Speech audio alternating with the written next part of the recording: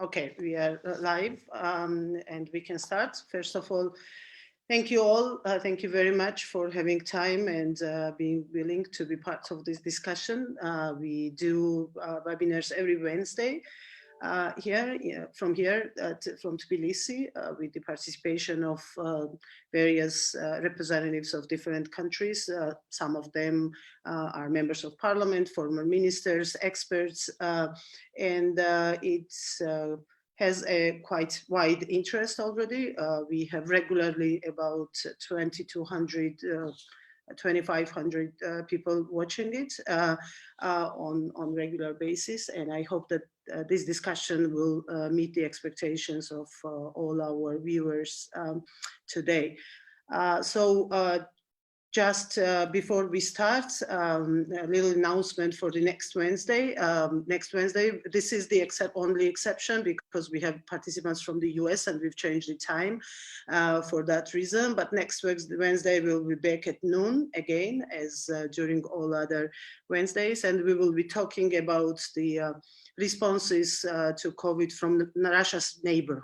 So our focus will be Russia policy as seen from the neighbors. We will have members of parliament from Latvia, from Armenia, speakers from Azerbaijan, Ukraine, from Moscow itself, and from North Caucasus. So we are waiting for all of you next Wednesday at our usual time at noon.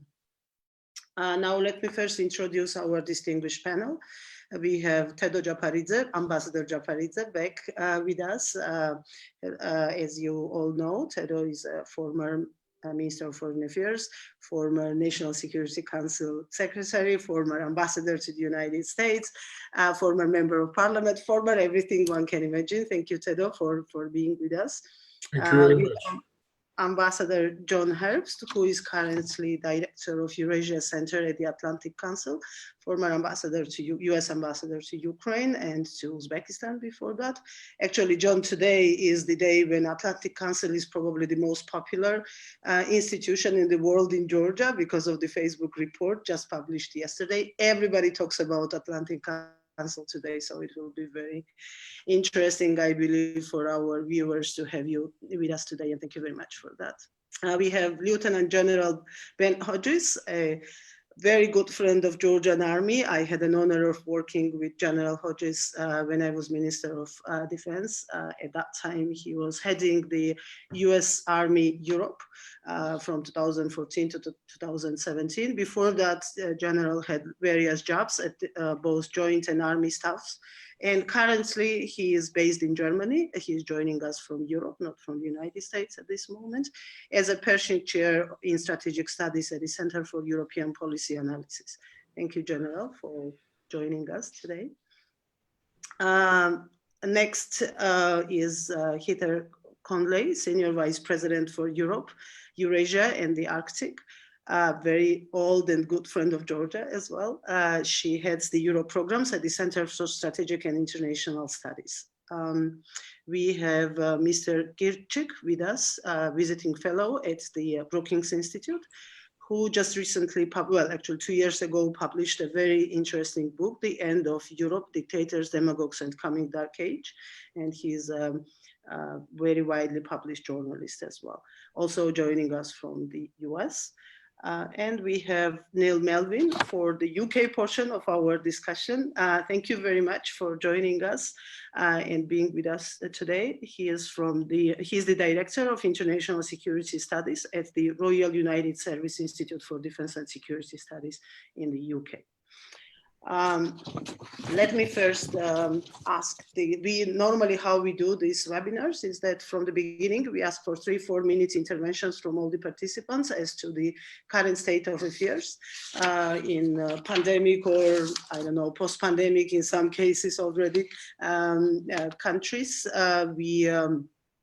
And one of our speakers during the previous webinars put it in a very nice way. She compared it with the famous the good, the bad, and the ugly scenario, as claiming that because of the divergence in reactions from different countries, this is how democracies work now. Some of them are managing more or less okay, in a good way, some of them in worse way, and some of them are really failing, especially as democracies, maybe not that much in terms of healthcare and health systems, but in terms of the democratic response, definitely. So the very first question I have to all of you is exactly about that. What's your feeling? How do you see responses from democracies? Is it good? Is it bad? Is it ugly? Is it all of them together? What will be your reaction? Let's start with Teddo. Well, thank you so much, and it's great to be with you. I hope all are safe and well. You know, I think the challenge here is that what we saw initially when the pandemic really struck was this, in some ways, the selfishness of nations, the awareness that they were not fully prepared, and you saw this instinct of not sharing, of competing, of, you know, this important protective equipment that wasn't available. And so the initial reaction was so poor. In the United States, states were fighting with one another, outbidding one another. There wasn't that coordination. I think we've seen that initial phase now give way to a better prospect. You see that in Europe. You see that here, that states know they have to work together. When hotspots flare up, equipment needs to flow there, and you need to have trusting and giving perspectives on where the need is greatest. But that initial instinct sort of spoke to, I think, in some ways, the challenge that we have. And that selfishness, of course, was just a dramatic difference between the selflessness of our healthcare workers and our essential workers that are putting themselves in danger to make sure that others can be safe. So what we're seeing now in the United States, the good news is this horrible outbreak in key cities, New York City, Detroit, New Orleans, that is starting to plateau. And that's the good news. It's going to take forever, just as it took forever in Italy and Spain and elsewhere. The problem is the hot spots are emerging across the country and in different areas, in the rural areas. So this is going to be with us for some time. And we've had a real struggle, if not a battle, between the federal level and the state level, and how to respond to that balance between health and economic recovery. And so as these hotspots grow, you're seeing the federal government trying to, you know, say the crisis is over, the worst of it's over, and this is just going to be with us for an exceptionally long time. So it's going to be a challenge, certainly for the United States, and 6 months, we're going to be facing a presidential election potentially in the middle of this. So there's going to be lots of questions for sure. So there's bad things initially, better things coming. The challenge will be long-term. Thank you, Heather. I thought I've lost you, but you actually finished it. Yeah, thank you very much. What about as Jamie, you were writing about the Europe in your last book, if you can give us a little bit more insight into the European part of it, or the US obviously as well, but if you can share with us the European part. I think it's been discouraging to see a lack of solidarity among the European countries. And this could have been really a moment for unity and whatnot, for coming together, for pooling resources. And it seems that in the immediate aftermath of this, we saw countries really, you know, reverting to their sort of nationalistic impulses. The Italians were blaming the Germans or the Dutch for not supporting them enough in terms of the financial institutions and whatnot. And I think it's really exacerbated sort of the underlying tensions or differences that we've already known exist within the EU. They seem to have gotten worse, or maybe more profound, or they've been exposed more. The other trend I'm noticing, and I'm a little worried about, is the Chinese attempts to influence the European Union and also to divide the United States from Europe.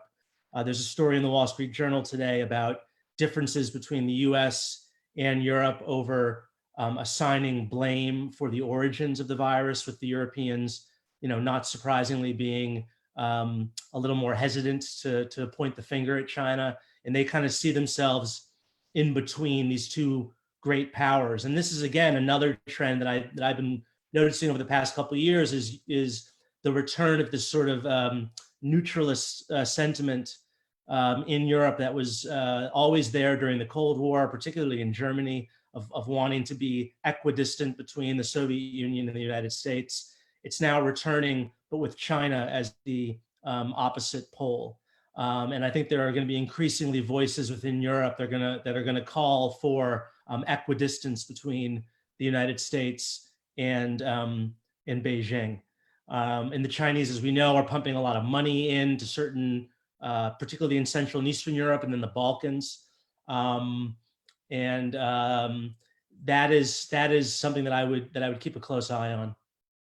Thank you very much, and we will come back to the Chinese issue because obviously, because of the reasons you've just mentioned, we cannot avoid talking about it. But just to go back a little bit to our initial question of discussion, General, what's your take on the security level? For example, lots of people, when talking about these diversions, say that it's very much cultural because, for example, if you look at South Korea and the level of surveillance they have, and because of that, better results from the healthcare point of view, it is impossible for the Americans to live with the same system and with the same institutions. The use of military, the use of surveillance strategies, the use of more security-oriented instruments than typical democratic institutions in dealing with the crisis. How does it look from today's perspective, both in the United States as well as in Europe, as you are right now working in Europe? So, people may be reluctant to live in a surveillance state, but they don't mind giving up every bit of information to Amazon every day for unlimited purchases and so on. Aside from that, let me address this in three sort of pieces. First, I am based here in Frankfurt, Germany, and while it has not been perfect, the Germans clearly have done a very good job of managing the whole thing. And I would attribute that to partly they've got an overall healthy society. I mean, people that are fit generally are less susceptible. And so this is to their advantage. And I think you've seen the same thing in Norway, for example, and other countries that have a more fit society. They have there's a general trust in science and in experts. And so the sort of well-known scientists and doctors that have been experts on this have not been politicized, if I could say it that way. Now, I'm saying this as an outsider. I'm not a fluent German speaker, but as I watch and talk to Germans, they generally are trusted. Now, not everybody's happy. Obviously, there's just as much pressure from German businesses and employees to get back to work, people that own small businesses, as there is anywhere else. But generally, people have behaved well, maintaining the distance. Germany has had a relatively light touch. There's no limit on how much you go outside or to go run or ride your bike or do things, go to the shops that were open. Restaurants are not open except for takeout. But this week or this weekend is the beginning of major alleviations, meaning that some restaurants will be opening back up, schools, people going back to school, going back to work. And Bavaria, which has been the strictest, will follow suit probably a week after that. So, and then the last thing about Germany is there's a little bit of luck. They actually had intended to close a lot more hospitals to more in the name of efficiency, and they had not gotten that done yet. So they ended up having excess capacity, which ended up being very important. And for me, this is one of the big takeaways that in anticipation of these kind of things, that nations need to be willing to pay the taxes, to pay the price, to have excess capacity, even though nobody that's a hospital administrator wants to have empty beds or big piles of supplies and equipment sitting around just in case because it's so expensive. But yet that's what everybody's looking for now. For the alliance, I think NATO, of course, is not the first responder for this kind of thing, but yet what you do get with our great alliance and our partners like Georgia, Ukraine, Sweden, and Finland is an existing network with capabilities, aircraft, for example, information sharing that is tried and true, and it works, and it's a good way to supplement the actual lead responders in terms of moving supplies around and helping to share information. The third and final piece, I'll say, I'm in Frankfurt, so I've been to Wiesbaden, which is the home of the headquarters of U.S. Army Europe, just a few weeks ago. And so to see how the Army is implementing the instructions, first of all, whatever country the military is located in, they are adhering to the national rules. So U.S. Army in Europe, particularly the ones in Germany, are in line with whatever the German rules are, which I think is an important, obvious, it seems obvious, but it's not necessarily intuitive that way inside the Army. And I was impressed. You know, when I came on post, I had to go through 2 screens of guys asking me questions and that sort of thing. And then when I got into the post, I mean, there was nobody there. People were working from home, except if they're in the operations center and that sort of thing. And leadership, people need to be manning intelligence systems, ships at sea, Baltic Sea air policing, Black Sea air policing, people in missile silos, they are all still doing their job. Yes, thank you, General. You've just mentioned that people are generally obeying orders for this few weeks or few months already. And but my question is, for how long? When the governments are not able to give any timeline. I'm not talking about the finish line, final date, but even any timeline as to what to expect, how long democracies can survive like that.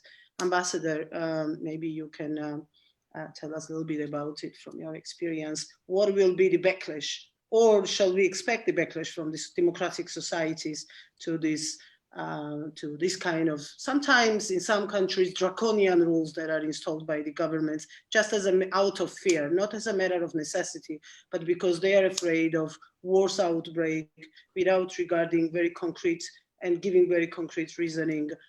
They've decided to just close everything, shut down everything, to make sure that nothing bad happens. How long we can live like that? Is that a question for me or for Teddo? Both of you. Teddo? Yeah. John, maybe you will start and then Teddo. Sure. Go ahead. All right. I think it's important to recognize that democracies are now dealing for the first time in a major way, or at least in 100 years, with a major health crisis, right? The SARS incident 10 years ago, more plus, never really emerged the way this has. You haven't seen something like this since the flu of 100 years ago. And at that time, democratic governments paid far less attention to the social needs of their people. So now, in the time of fully developed welfare states, we're confronting this. And the first impulse has been, understandably, to worry essentially about health and to put the economic consequences second. And again, that's understandable, and maybe that's the right decision. But I think that there are people raising questions as to whether or not there are trade-offs in the strong measures taken in democratic societies, advanced democratic societies, both in terms of civil liberties and in terms of economic development. And so you've seen a debate begin in the United States. I would say a relatively small minority is arguing that it's time to open up sooner, that the economic costs of the shutdown are too great, that the restrictions on liberties are too strong. And this remains a small minority view, but it's not as small today as it was 2 or 3 weeks ago, when the deputy governor of Texas was kind of laughed off the national stage. Today, you see demonstrations across the United States, not overly large, but not insignificant. and you see more voices raising the concerns that I've just mentioned. I think that this is a defining moment, another defining moment in the development of democracies. I don't think it's clear how this will play out. Well, basically, that's all I can say on the large structural matter. I think a second point to add to this, of course, is that leaders in both parties in the United States are playing politics with this issue. And that is never a good thing when you're facing a major threat of this kind. But again, they are also trying to work their way through it and find political advantage. So it's a fascinating moment and a dangerous one. But I don't think there's a clear-cut answer right yet. Thedó? Thank you, Tina. Thank you very much for this very interesting, how to call it, roundtable exchange, and to meet and see, a lot of friends with whom I spent years discussing, different issues about Georgia, region, and I'm indeed, really very much, delighted to see all of us and to discuss, very special problem. And of course, if we speak about Georgia's experience, of course, as in every country, we are focused on health problems. Pandemic is, number one problem for us. And we deal with the same issues as, just recommendations, guidelines, quarantines, lockdowns. It's not, easy, but at the same time, we understand the realities and we need to follow. But on the other hand, and I started, speaking about that before we launched this discussion, sitting home, being locked down, not fully, but still, there's a lot of things you start, thinking about. And among many things, which, this pandemic brought along, or are indeed, for me at least, and we talked about it in the previous, discussion, democracy matters for Georgia, because we can speak about, coronavirus, pandemic, and we hope we defeat, this disaster, but at the same time, life goes on.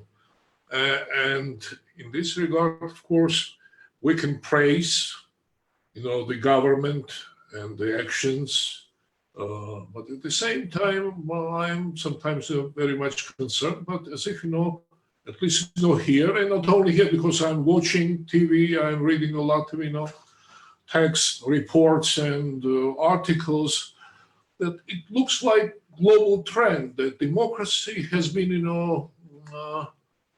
it's not, sidelined, but kind of damaged. And as I said, earlier, there are certain kind of cliche re-emerged saying that for security reasons, for health reasons, and using that, some governments, just using this cliche or whatever kind of recommendation, damaging what we call democratic process. And experts, even and scholars, academics, they talk about the emergence of corona autocracy, and there are different countries throughout the globe, and governments who are quite actively engaged in this. So this is how to say, we live as Chinese, say you mentioned China many times, this famous Chinese curse. Ben and I talked about it, frequently. Wish you to live in interesting, times. We're living in interesting times. And besides, Corona and this number one, problem for us, it's unique opportunity for us just to think about global issues, about reading these reports. And especially, I like very much report written by the Atlantic Council, What World Post-COVID-19. And it's really very interesting. But what I detected, and I want to complain from Tbilisi, but there's a lot of discussions about different issues, different trends, about globalization, autocracy, and these. But there is not much recommendation for countries like Georgia. I mean, small countries in the periphery of Europe, in a very special, neighborhood, with very special, geography, with special neighbors. Again, I'm not, I wish to know, because we need to reorient ourselves, because yes, we are fighting more or less, effectively this pandemic, but when it is over, what would happen with us? It's not only about economy, which is also no less, quite very important problem for countries like Georgia, but it's about security, it's about geopolitics, it's about geoeconomics, and what would be Georgia's niche in this new world, which is it's obvious that it's re-emerging. So I think we need to, and of course, I said it and I again reaffirm it. Georgia wouldn't change its, foreign policy trajectory. It's, oriented towards the West. NATO, EU is in our agenda. But what kind of NATO we would have, in the post-pandemic, period? What kind of EU? Because we are watching these developments, this kind of sometimes disagreements, sometimes squabbles, sometimes very, very important for us, unity among Europeans. We watch, very carefully what's going on in the United States of America, in Washington, D.C. So being here in Tbilisi, whatever happens in these parts of the world, it impacts on the sentiments of ordinary Georgians, because we tied up with the West. Are we part of the West? I have a lot of questions in this regard, but at the same time, at least from our side, Georgia's commitment is irreversible. There is no doubt about it. And last, it's very important, because post-pandemic period, what would happen? So what I decided, and because John knows these people, and I think everybody knows, I talked to my friends in Azerbaijan, Hafiz Pashayev, and in Uzbekistan, Sodiq Safoyev. We used to be ambassadors at the same time. So three of us, we made the first rep writing, about post-pandemic Uzbekistan, post-pandemic Georgia, post-pandemic Azerbaijan. And there's a lot of interesting, it's about naturally about Georgia, about Azerbaijan, and about Uzbekistan. But at the same time, we try to find out points of mutual interest, how we can, coordinate, how we can, communicate, and find out, joint points of interest. Thank you, Teddo. Thanks a lot. And exactly coming from what Ambassador Jafaridzeh was talking about, I want to go to Neil with the question about the about the next chapter that we will be all writing for the democratic world. Right before the pandemic, we've been witnessing several policies implemented by different democratic countries, more towards the isolationism rather than being united and standing together. We've witnessed Brexit. We were watching building a wall in between the United States and Mexico. We've seen far-right movements growing strength in various and actually many European countries. So this kind of trend that Hirer was talking about from the beginning, that the first reaction towards the COVID was kind of keeping your own equipment, keeping your own security, taking a hold of your own home rather than taking care of the others, was already there for completely different reasons, but it was there. So what's next after stabilization, whenever it happens, after we will fight and defeat COVID-19? what kind of world we will be living in. Is there any room for something that is so crucially important for countries like Georgia, as Teddo was talking about, and General Hodges is constantly talking about it, and we are so grateful for that. Is there any room for the enlargement? Is there any room for countries like Georgia to be part of something that we fight so much for and we want to be part of? But before going into us, obviously the first question is about those countries west of Georgia. What will be the future of united front as we've been seeing over the years after in the Second World War order? Yeah, thank you very much, Nitin, and thank you very much for inviting me on your broadcast. It's a pleasure to be here. And I mean, I know that Georgia has had a relatively successful response so far to the pandemic, but please allow me to extend my condolences to all those who've been suffering in Georgia. And I do look forward to the chance to visit again once this is all passed. I mean, of course, the pandemic has had a devastating effect on the United Kingdom. As of yesterday, we had over 29,500 confirmed deaths, so the highest rate in Europe, and I think possibly even the second highest in the world after the United States. So we're heading into quite dark territory. I mean, the pandemic has also come at really a sort of a key moment for the UK, since it arrived just after the UK had left the European Union. And so we obviously are looking at a crossroads in our foreign and security policy to some extent. Now, I think the pandemic hasn't necessarily sort of led to an abrupt break in those relations, but I would identify, I think, at least three areas where the pandemic has been an accelerator on sort of developments and may well have a long-term impact. The first one, of course, is on Brexit itself. I mean, already we faced a very tough negotiation between the UK and Europe on the trade relationship due to be concluded by the end of this year.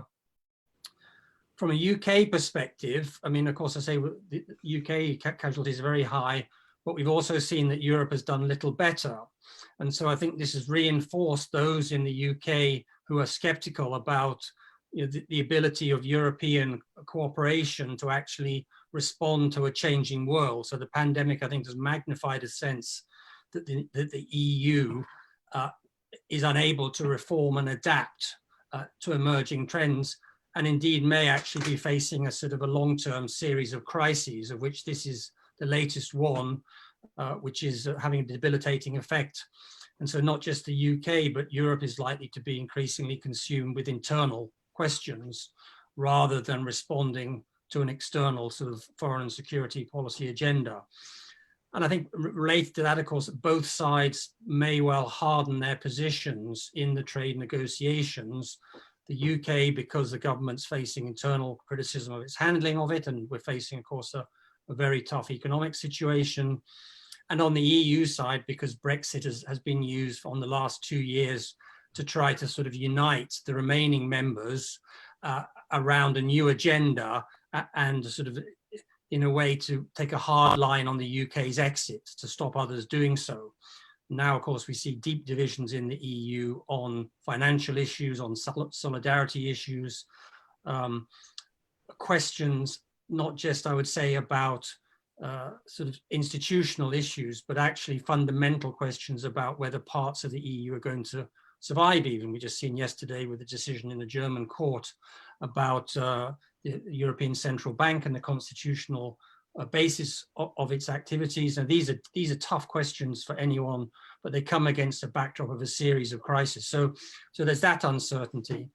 The second major area I would say, which I think we've already touched upon, is that China has leapt up the UK agenda during this crisis. I mean, it was already emerging as an issue around the debate about the UK's position on Huawei, the Chinese telephones company, and the UK had taken a different line from some of its allies on this, notably the US and Australia, in allowing a certain percentage of Huawei infrastructure into the UK's 5G system.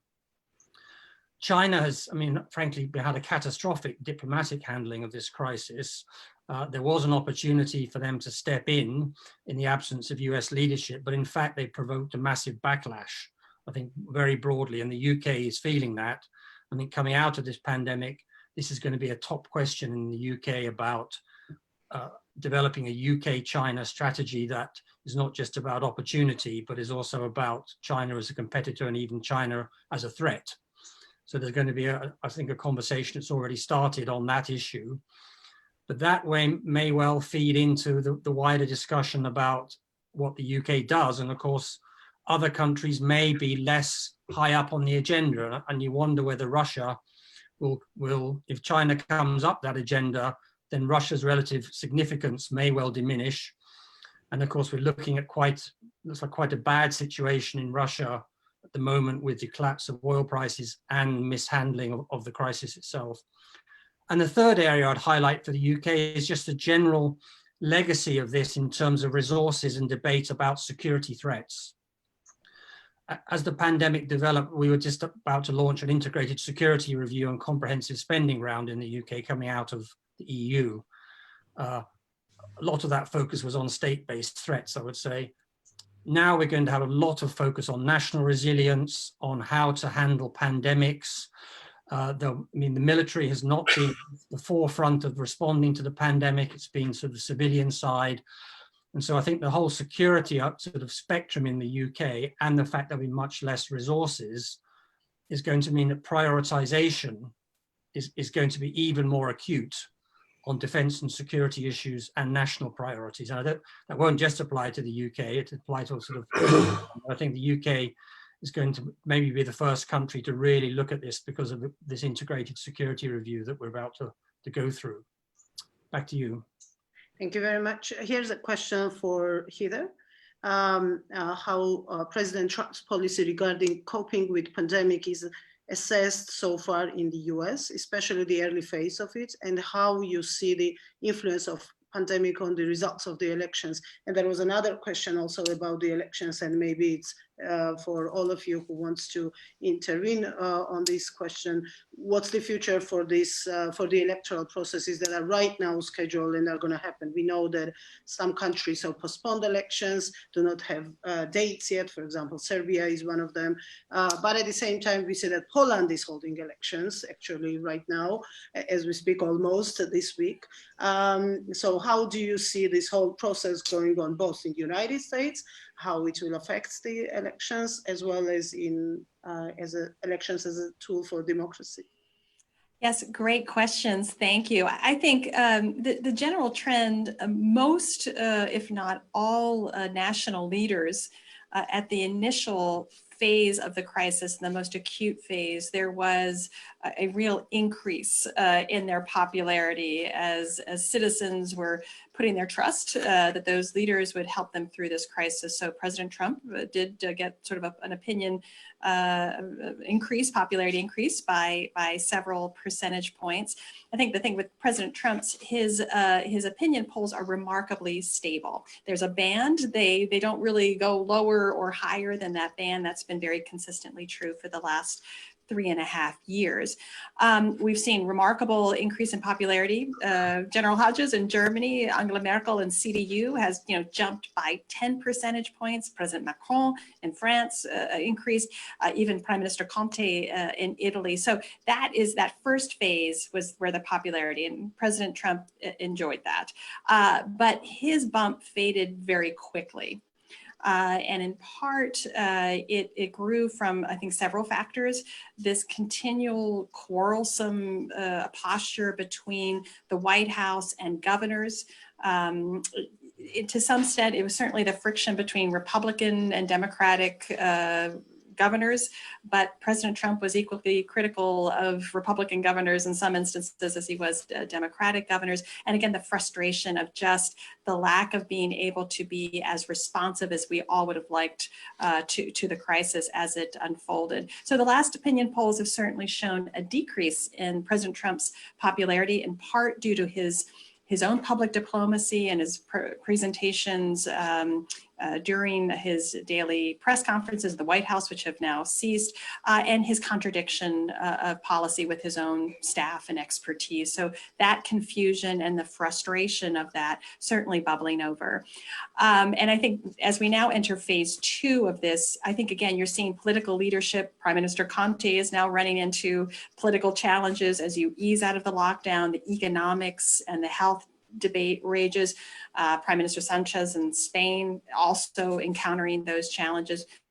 Prime Minister Johnson is now encountering for the first time a very potent opposition, at least questioning the response. So you're now seeing that general trend, but a lot's going to happen between now and the US presidential election on November 3rd. A lot is going to happen. So I think we can't be predictive in any way.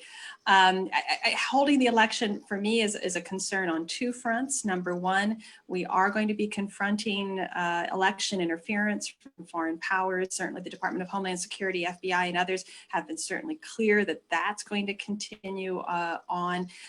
There is going to be confusion. We have already seen it. The state of Wisconsin holding their primaries in the middle of the pandemic.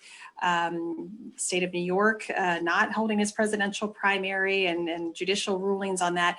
A lot of confusion and particularly unknown how absentee ballots and things like that are going to work. So I wish I could tell you there's some clear-headed perspective on this and how the election is going to be held. Unfortunately, this is going to fall in very partisan, very bitter lines, and I think there's going to be a lot of questions about how we're going to manage our presidential election. Thank you. Anyone else, if you want to respond to that? May I, Tina? Yeah. Yeah, as I said, of course, the first priority, first challenge, we need to tackle is pandemic, but as in the United States of America, in October of this year, we are going to have our own parliamentary elections. And as far as I know, I'm not part of Georgian politics, just watching as an ordinary Georgian citizen what's going on. There is an agreement between the majority and the opposition parties who are in the opposition. And I hope that this pandemic would not distract attention of Georgian citizens from the quality of democracy in Georgia. And they would very carefully watch, democratic process. And I hope, because every day we hear different contradicting, comments from different sides. But I think, of course, number one priority, as I said, is pandemic, but also no less important would be for Georgia to keep this democratic image, reputation of a democratic country and hold these elections appropriate way, in a democratic way. And again, it's not only when we speak about, Georgia and democracy, it's not only about elections. In my opinion, Georgia needs to be balanced, the entire political, system. Make it, democracy is never-ending, story, but at the same time, it's story of permanent perfection. So Georgia needs to, of course, fighting pandemic. It's very important, but at the same time, keep going appropriate way, improving, democratic institutions, the rule of law, and so forth. Thank you. Thank you, Teddo. China was mentioned several times, and I cannot end this discussion without taking a round of your positions, opinions, analysis of the China policy from the perspective of how China is acting in today's world, but more importantly, how we, rest of us, are responding to it. What is our policy? What is our attitude? What is the angle the Western world is taking while addressing this problem?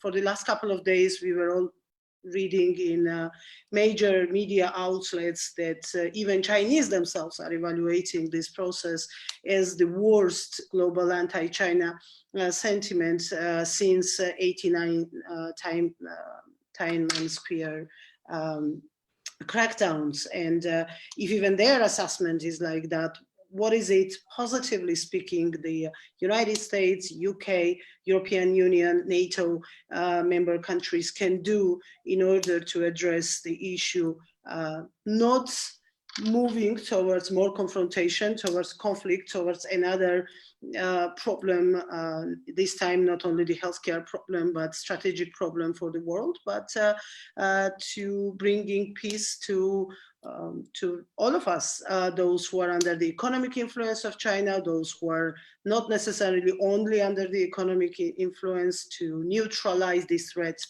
that so many is written in today's world and so many people are talking about. I was just reading today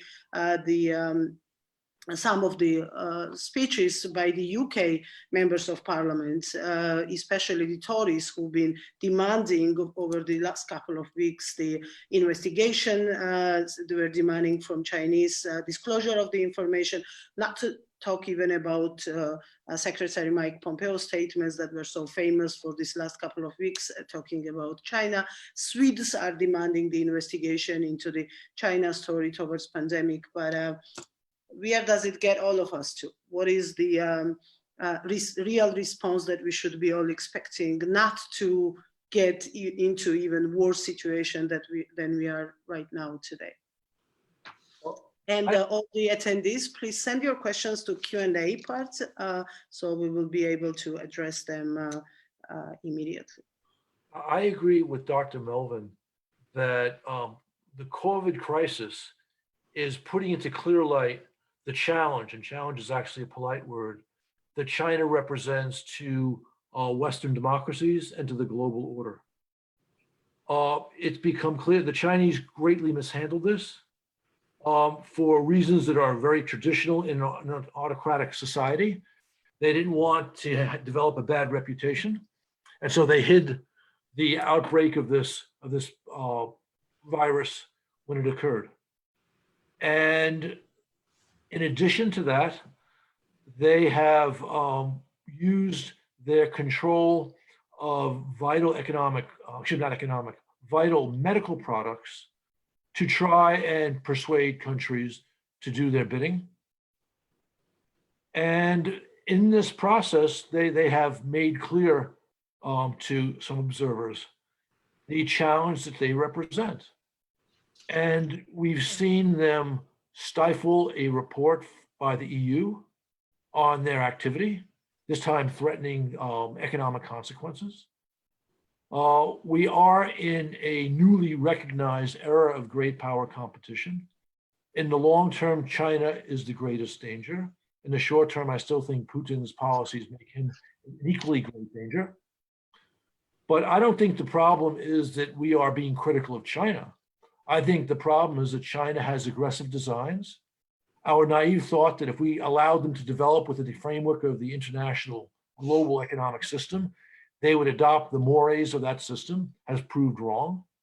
And in fact, they're using their great economic power in order to impose their policy preferences. They've been doing it for years with rare earth metals, as the Japanese can tell you. And we've seen them do it a little bit during the COVID crisis with medical supplies. So to me, the veil is coming off the problem. And in this sense, COVID is enhancing our ability to recognize the danger. And to call out that danger for what it is not to take an anti-Chinese stance. It's simply to take a stance of recognizing the danger. And of course, we expect the Chinese media to play it this way because the Chinese media are under the control of Chinese authorities. Just as in Russia, the Russian media is under control of the Kremlin. Thank you, John, for that. Jamie, Neil, Heather, General, yes, please, Neil. No, thanks very much. I just wanted to follow up on, I think, the ambassador's very important remarks. And I mean, I think one of the issues, I think, certainly for the UK coming out of this is a general sense that we need, well, certainly we need a discussion about China, but that we need also a renewal of the transatlantic relationship. Yes. And a modernization of that as a first step, because actually dealing with China without that is going to be almost impossible. We're too fragmented and countries get picked off too easily. So, I mean, some of the comments I made in my introduction about sort of the need to renew the European project. And I'm not sure exactly how that's done. And there's periodic sort of breastbeating about this, but it's now more than ever apparent that this needs to be done, and whether it's the EU or whether we have to come up with some new configurations. But certainly the China discussion has to be part of that. But secondly, I think it needs to be a very sober discussion. I mean, I would say there's a certain sort of almost hysteria building up around China, which is not going to be helpful either. I mean, China has, of course, provoked much of this by its rather sort of unsuccessful diplomacy. It does still remain a major global actor, I mean, economically. So talk about decoupling from China is going to be very difficult to do and sort of premature. We need to think through that. And with the size of China, of course, it's going to have a serious international influence. But we also do need to be clear, I think, where the red lines are, what we think is unacceptable, and how the Western transatlantic community can begin to push back a bit. And to be fair to China, I think some of these issues are our own fault. We took our eye off the ball. I mean, that's clear with Huawei. I mean, where is the 5G Western alternative? I mean, these are the kind of things we need to start thinking about, so that we actually address strategically economic statecraft questions and don't leave space for others to sort of move into. And that I think could also be very much a part of a renewed transatlantic discussion. And my last point here, I think, is the Europeans. I mean, we are at a very kind of navel-gazing phase, unfortunately.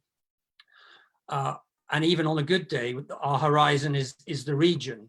But we need to start thinking about how Europe can also make a contribution in Indo-Pacific questions, and what the kind of role that European defense and security issues could be in that region, alongside other allies like the United States, Japan, Australia.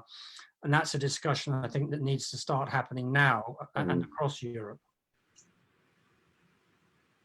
Thank you. Yes, General. So first of all, I want to associate myself with the remarks of the three previous people who spoke. If there ever was a time for, if there ever was a need for positive leadership, it's right now, in the United States, but more broadly, but especially in the United States. Positive, strong leadership that builds cohesion and also restores trust in institutions. And I'm talking about institutions like the media.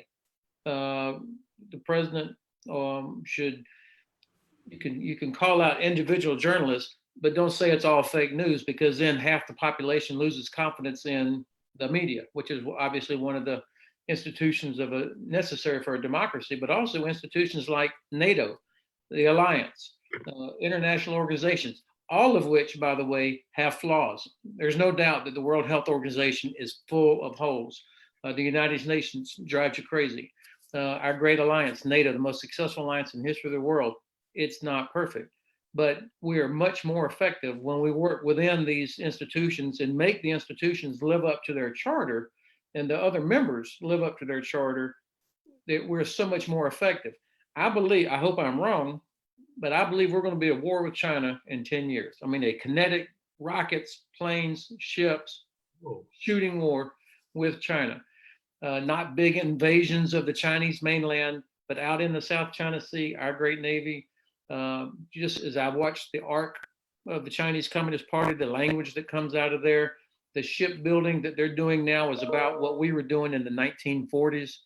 And the very aggressive language about Taiwan, about Hong Kong, you can just kind of feel it potentially moving in that direction.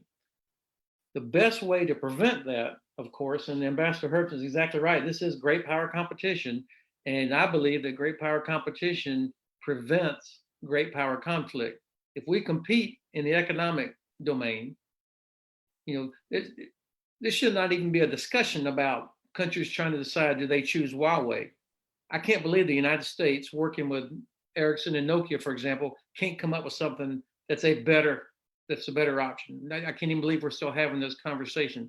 Or the Chinese control of so much infrastructure in Europe. This is not a good thing.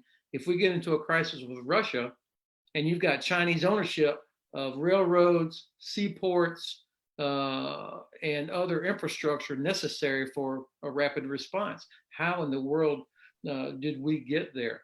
So if the United States brings along allies, and I'm talking particularly about our German ally, Germany is probably the only country that can influence Russian behavior or Chinese behavior because of the sort of moral authority as well as the economic power it has amassed, and it can bring along most of the European Union.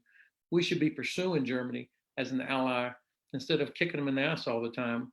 And I think this kind of approach, this is how we prevent a great power conflict. But if we get into a conflict, we're going to need a strong European pillar of NATO to continue to deter Russia, because the United States absolutely does not have enough stuff to deter Russia, fight China, continue to contain Iran, and keep the global commons open and all the other stuff that's going on. I hope I am so wrong, but it just feels like we're moving in that direction, and we really need positive leadership and allies. And we need Georgia as one of those allies starting today. And you Well, just I can't agree more. Sorry. Yeah, John, sorry, go ahead. say, Ben just gave this webinar its headline. Yeah, absolutely. I cannot agree more with both points at the start and in the beginning, that we need leadership, and we do need Georgia on board in this alliance. But yes, Theddo. Yeah, if I may, as far as my good friend, Ben, General Hodges, mentioned, Georgia. I've been, thinking about Georgia not only during this pandemic. I'm thinking about Georgia. Georgia is permanently in my mind, but especially thinking about, post-pandemic, Georgia. And my message, where I in the government would be that, of course, in post-pandemic, period, Georgia would need, assistance from our friends, partners, allies. But the post-pandemic period, I think it's not only about, asking for assistance, big powers, big countries, Germany, European Union, the United States of America. Georgia itself should become a useful partner. Georgia also should offer something to the Western community. And in this regard, Ben and I have been talking about that, a long time. And it's not because I used to belong, for a while, just a couple of months ago, to this fascinating project of Port of Anaglia. I think Georgia should offer something like Anaglia. It's not only, I'm speaking about not only about port, but an idea to the Western community, and making Georgia a useful, valuable, partner, and just not asking, the West or other countries for assistance, which it's obvious that a country like Georgia, a small country, not fully capable would need. But at the same time, Georgia, throughout this, 30 years of independence and sovereignty, accumulated enough, potential resources to offer something back to the Western community and Western, friends and allies. And we need to think about that. And Anaglia deep sea port could have been something like that, which. Absolutely, Anaglia, and also democracy in Georgia. And there are a couple of questions from that democracy part of our discussion. One about to Mr. Kirchik and General Hodges about the Freedom House's recent reports about the Poland. I can just add to this question.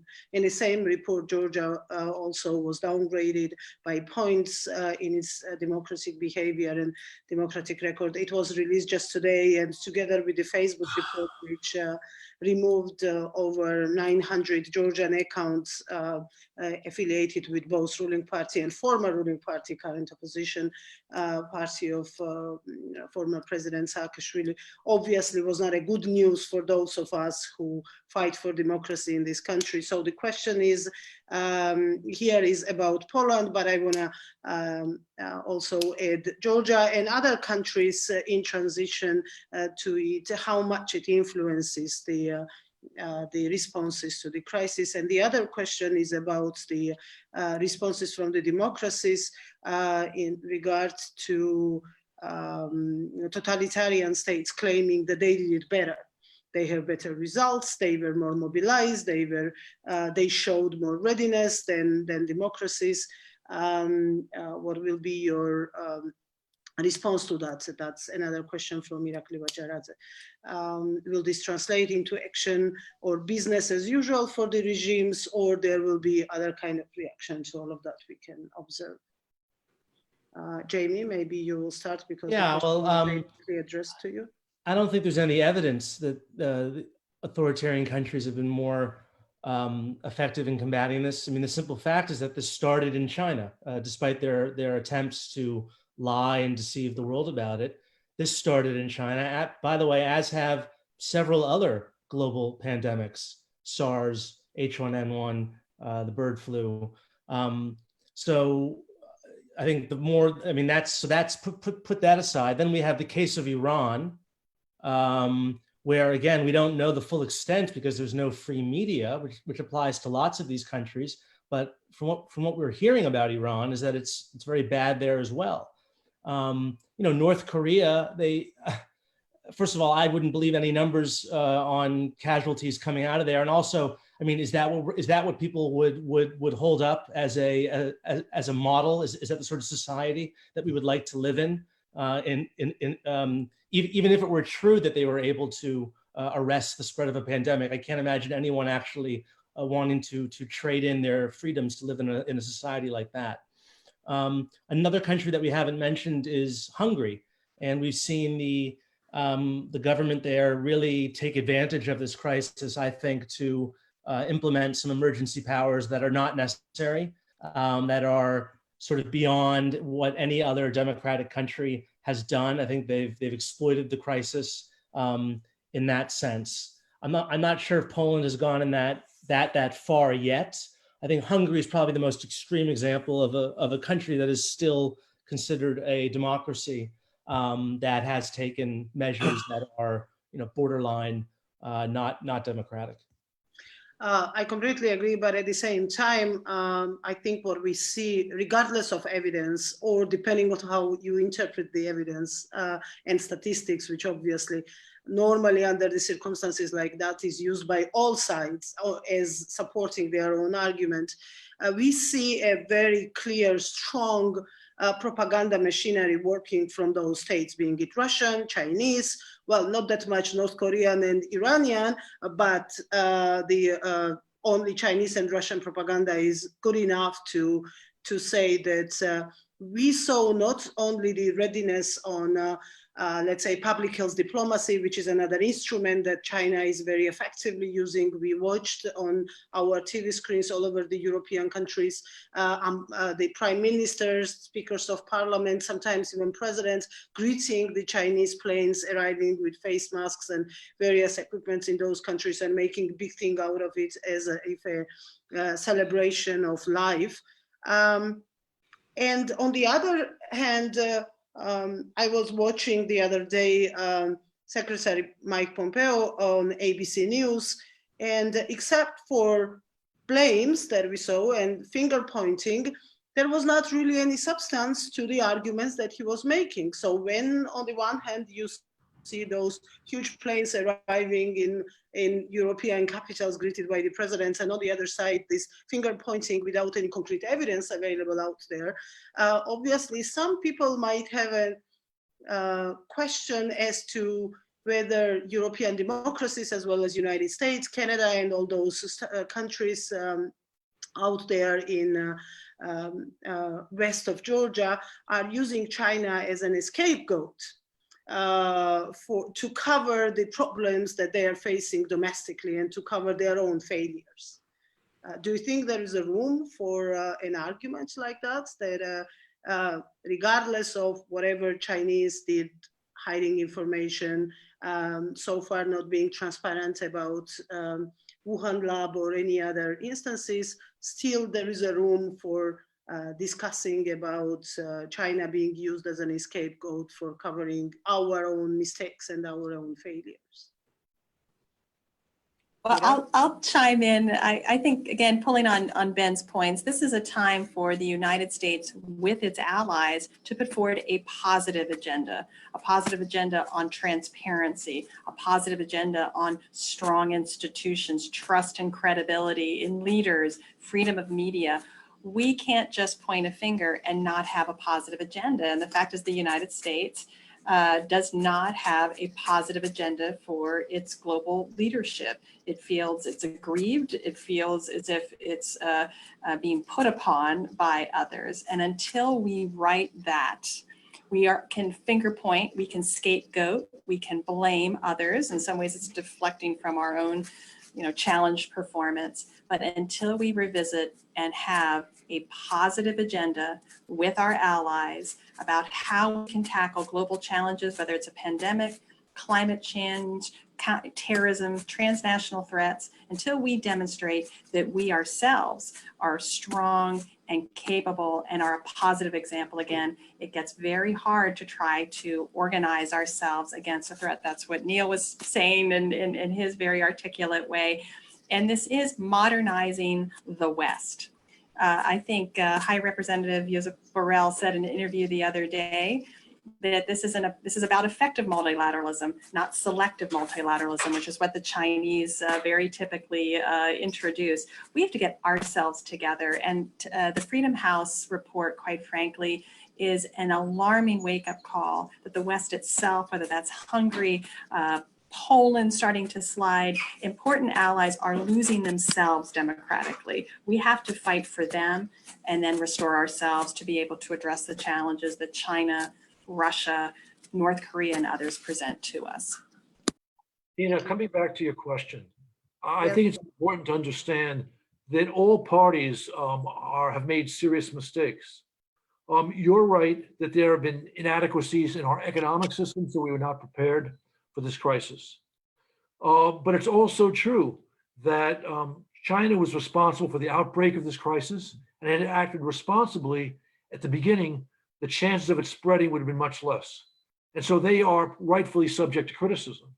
And we need to understand that their reaction since has been highly aggressive. They have turned their propaganda apparatus, much as the Kremlin has, to go after the United States in particular, but the West more generally. And we need to be able to address our own weaknesses at the same time as understanding the challenge they represent. And again, the COVID crisis has put this into stark relief. Yeah, I absolutely agree. I'm with you on that. I just wanted to air the pessimism or the argument of the other side who claim that there is something else than actual blame to be put on China. There is a question to General about the U.S. and its American allies' actual actions to be done towards Georgia. What does Georgia need from the U.S. now at this moment in order to feel, I don't know, more secure, more ready? And General Teddo, maybe you will jump in on that question as well.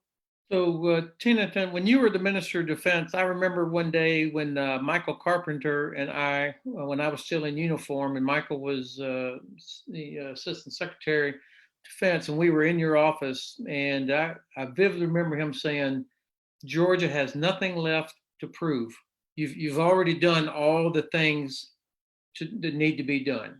So act like an ally anyway, and then we're going to keep pushing from the other side.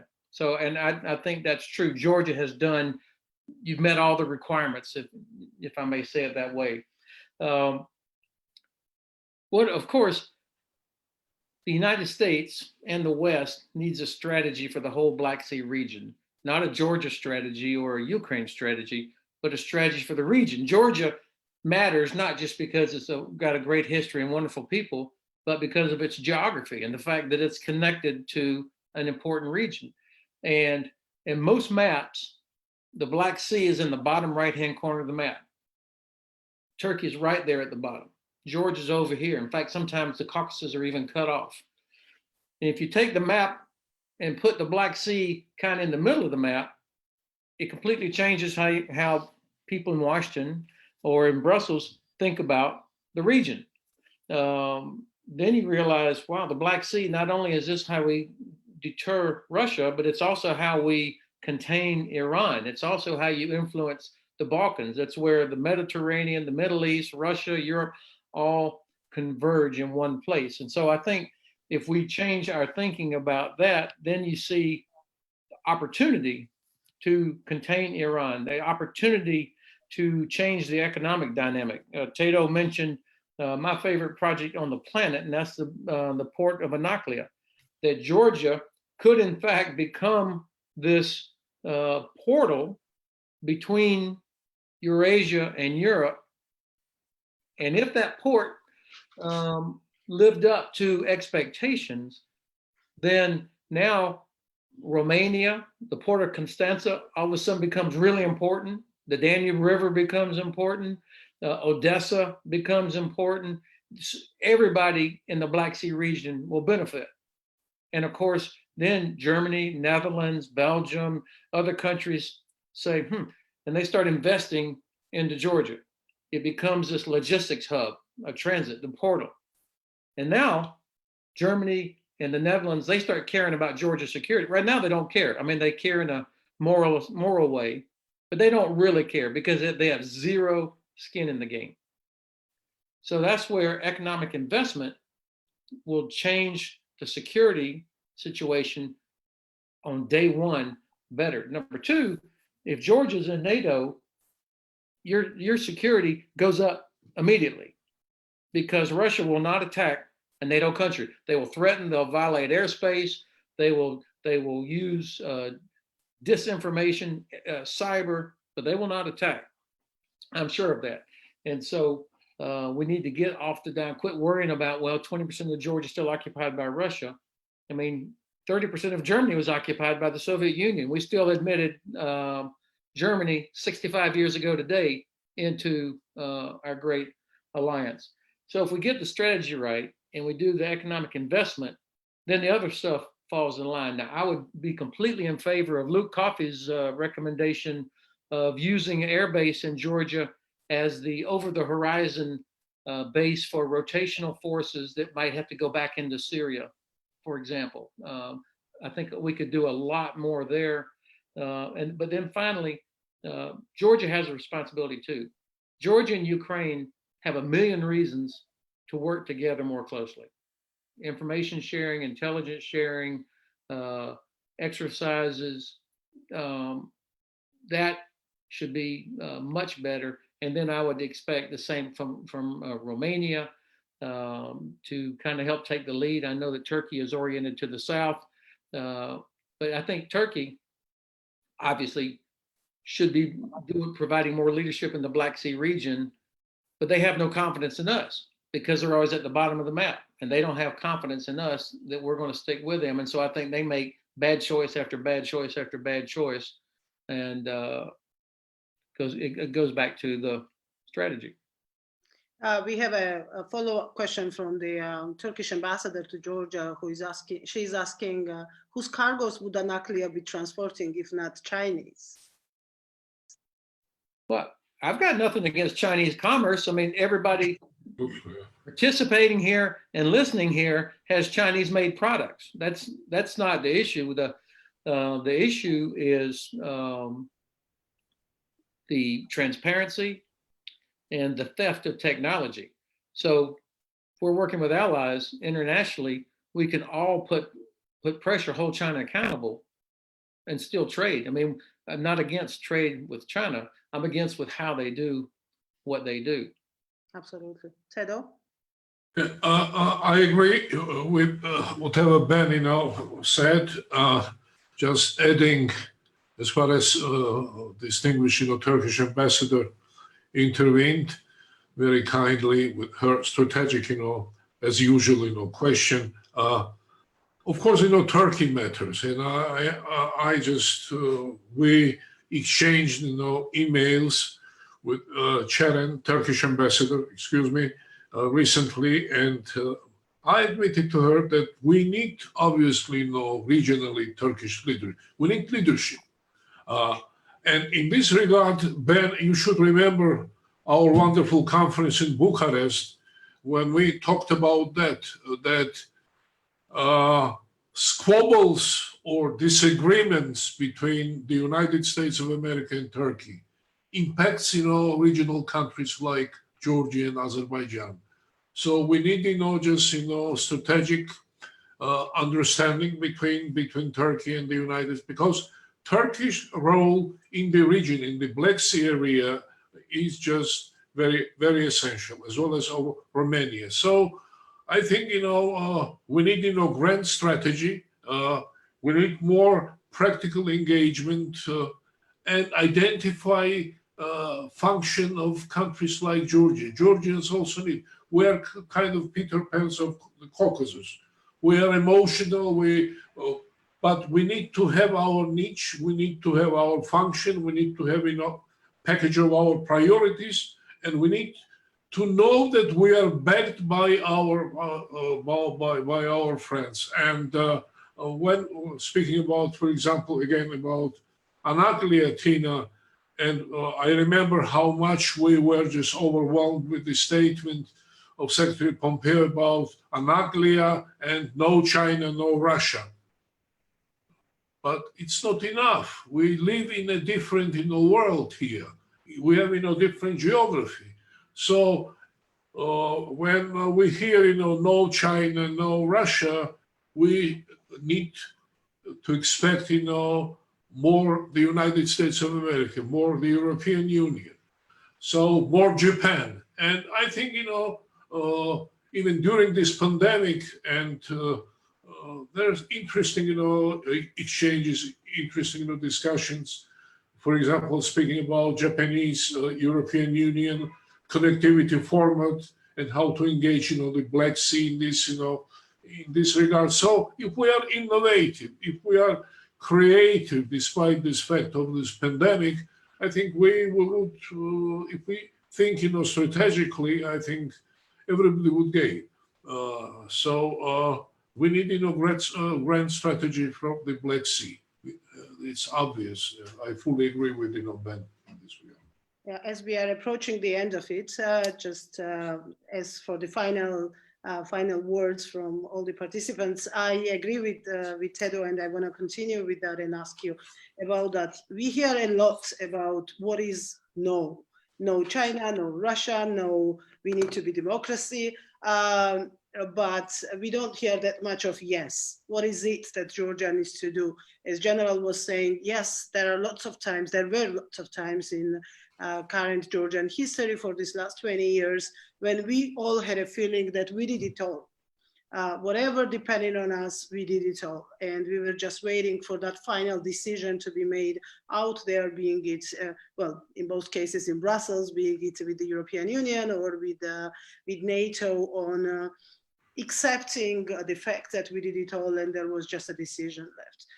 But it's not just about Georgia. I was just reading the reports from the Zagreb summit, which happened over this last week between the EU heads of states, and every other journalist reporting from this summit was saying that the only word that was not allowed was the enlargement. And obviously it was not about Georgia, it was about Albania, it was about Northern Macedonia, about the Balkan countries who are on a pipeline, who are actually waiting for that final decision as it was promised. So to conclude this discussion, please give us your insight, your comments as to what is it that we can expect from years to come. Post-pandemic, regardless of pandemic, because these feelings were already there regardless of pandemic, and we know that. What is it that Georgia, Albania, Northern Macedonia, Bosnia-Herzegovina, the countries, Moldova, Ukraine can do? What is the positive role, positive energy we can contribute with in this whole discourse that will bring us closer to whatever will be left of European Union or NATO after the pandemics? Yeah, in any particular order. Teddo, maybe you will, as a Georgian, you will give the last word and finish this discussion. Okay, yeah. Well, thank you. I mean, I think you're absolutely right. The political will for enlargement has left long ago, both in the EU and in some ways NATO, although that has been able to be more forthcoming. So I like to say in some ways, I think for the practical realities, membership, it shouldn't matter to the countries themselves, meaning that the hard work and the reform and the transparency has to happen regardless. And the countries that want to be allies just have to simply act like allies, contribute constantly, but the reform efforts have to continue because the membership is just not going to be there in the foreseeable future. But when that window or that door opens again, and it will open again, the countries have to be ready to race through it. I think in any reflection that I've had over the last 15 years of looking at subsequent waves of NATO and EU enlargement, the country has to be ready to seize the moment to run through the door because we don't know when that geostrategic door closes again. So preparedness, readiness, reform, act and be the ally and partner that you already are, seize opportunities and wait for that political window to open again because it will, but don't use it as an excuse for lack of reforms, weakening institutions, becoming more like the countries that you don't want to become.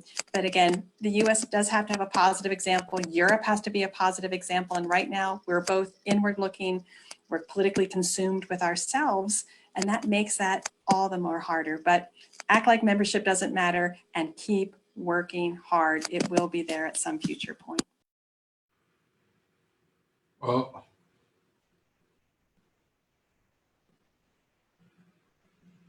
Tina,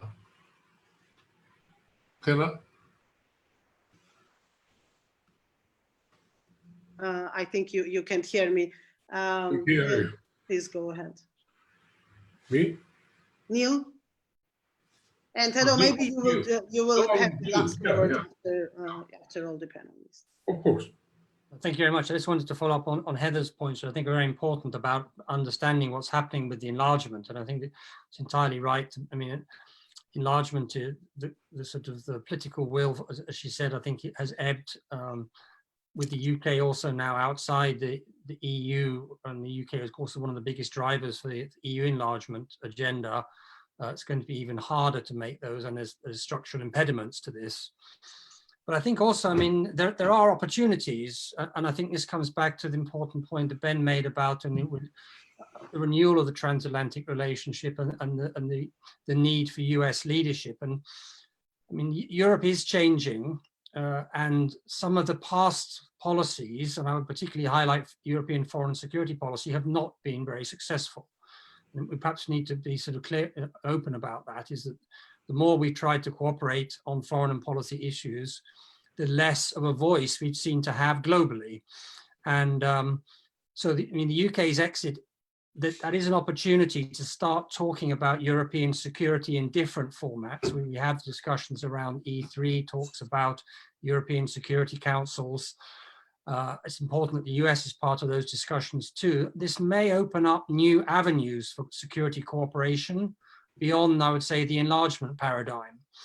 And the Russians have got very good at dealing with the enlargement paradigm, and they've been very sort of strategic about it. So I think we also need to be nimble and quick and innovative, and the EU hasn't always been that mechanism. Its strength has been in its size, but not necessarily in its speed and its dynamism. So I think, this could be another strand of our sort of renewed transatlantic discussion is to how to build a new sort of European security architecture, not of course putting aside NATO and not taking advantage of the strengths of the EU, but are there other things that we can now look at to develop to give Europe a stronger voice and a more strategic voice, which I think we've been lacking in recent years. And this, of course, I think it would be very much about countries like Georgia and Ukraine and the Western Balkans, which do risk drifting if we're not very careful at the moment. Thank you, Neil. John?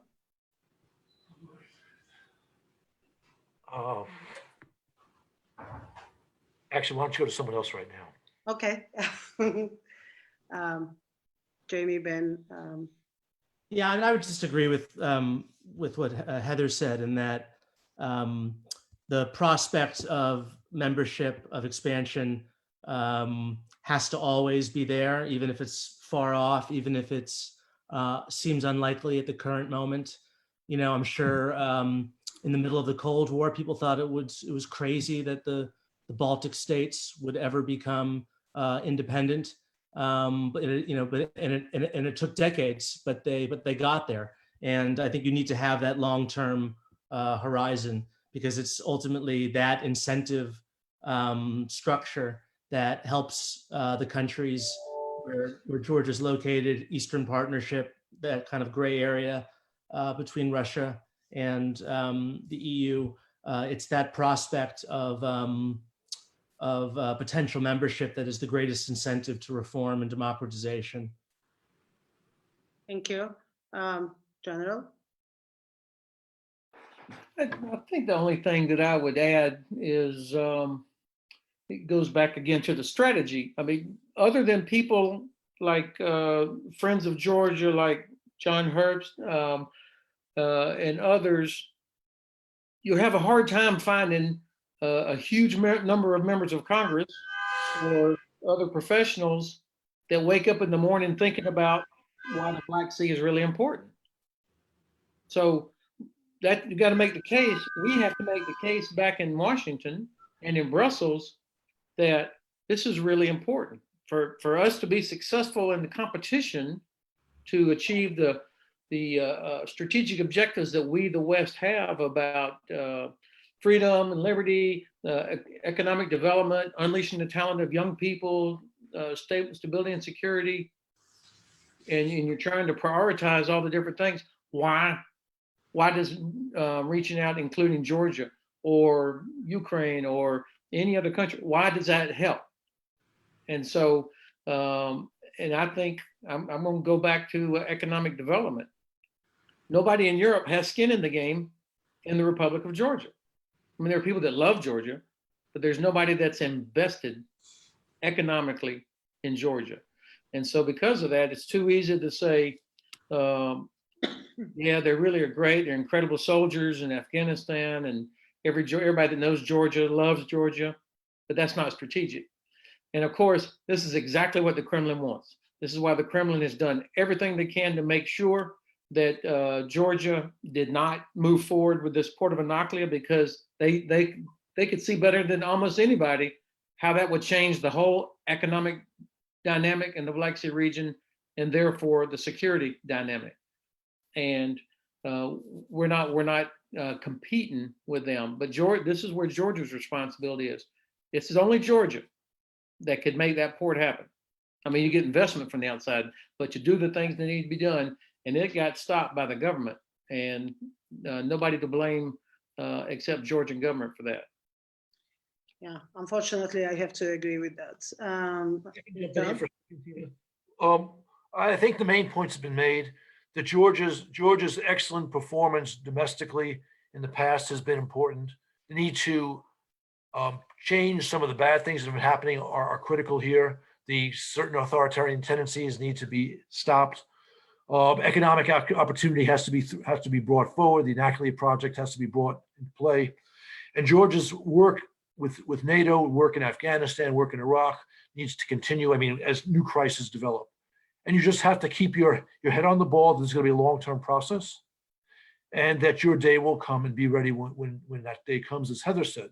But the last point is this: I think that your neighborhood over time may become less problematic. I think Russia's losing in Ukraine, and eventually they're going to realize that and withdraw from Donbass. And I think then the West needs to pivot to the problem you have in Southern Ossetia, making sure that what Kremlin is doing in Georgia also ceases. But if we can stop them in Ukraine, the odds go up that we can stop them in Georgia. And then the immediate threat you face gets better. And I think this will happen. It's just a matter of time. Thank you very much. Teddo, last word goes to you. Again, thank you very much, Tina, for this, I think, excellent, and strategically very important, exchange. And first of all, it's so nice and delightful to meet, friends and listen to their opinions.